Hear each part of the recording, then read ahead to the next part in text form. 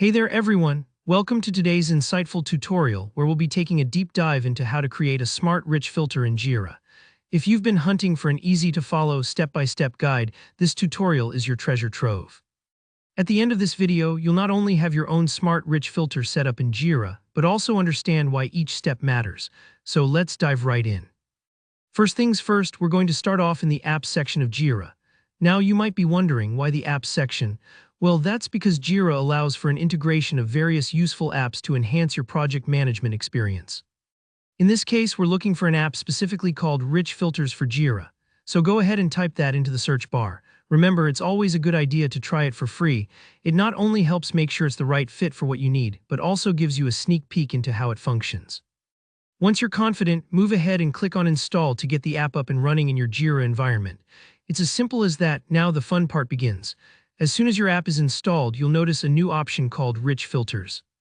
Go on, don't hesitate, just click on it.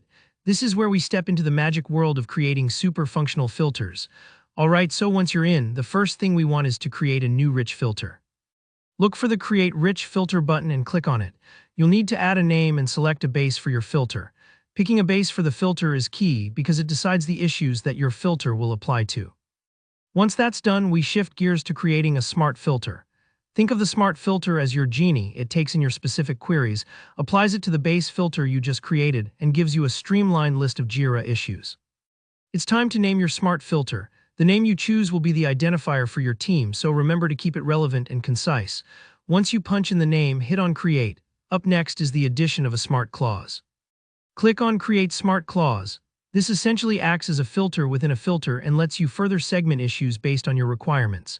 This can be a game changer, especially when dealing with large projects with numerous issues. When you create your smart clause, remember to add a specific name for easy identification.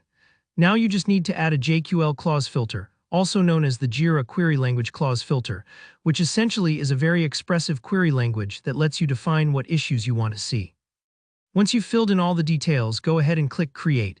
And voila, you just created a smart rich filter in Jira. Wasn't so hard, was it? Remember, it's always okay to take your time when going through these steps. Your first go at it might take a little longer, but no worries, practice makes perfect. And before you know it, you'll be setting up smart rich filters in Jira like a pro. Pretty cool, right?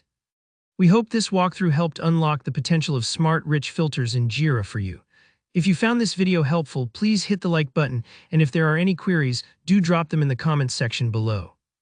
We'd love to help you out, and of course, don't forget to subscribe for more tutorials like this one. Until next time, happy project management.